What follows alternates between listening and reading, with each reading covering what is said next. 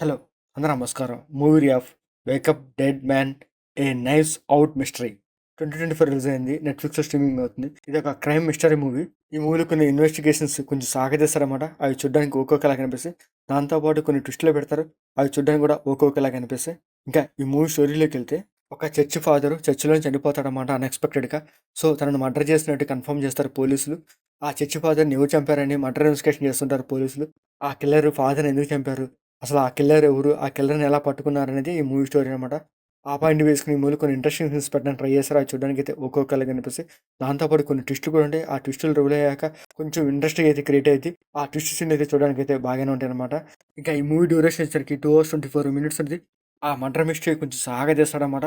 First half an hour కొంచెం బోరింగ్‌గా అనిపిస్తది. అంత ఇంట్రెస్టింగ్‌గా ఉండదనమాట. ఆ తర్వాత ఫాదర్ మర్డర్ తర్వాత నుంచి స్టోరీ కొంచెం ఇంట్రెస్ట్‌గా తీసుకెళ్తాడు.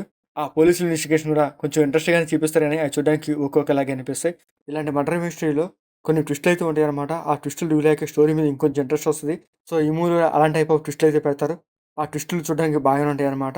అసలు ఆ కిల్లర్ ఎవరు? ఆ కిల్లర్ ఆ చర్చి ఫాదర్‌ని ఎందుకు చంపాల్సొచ్చింది? అనేది మనకి లాస్ట్‌లో చూపిస్తారు.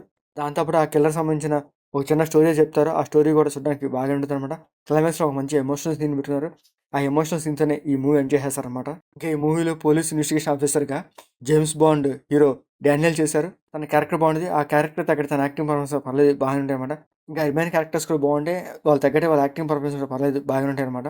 ఇంకా ఈ మూవీలో మ్యూజిక్ కూడా బాగానే ఉంటది. ఇంకా ఈ మూవీ టెక్నికల్ కాస్త పర్లేదు బాగానే ఉంటదన్నమాట.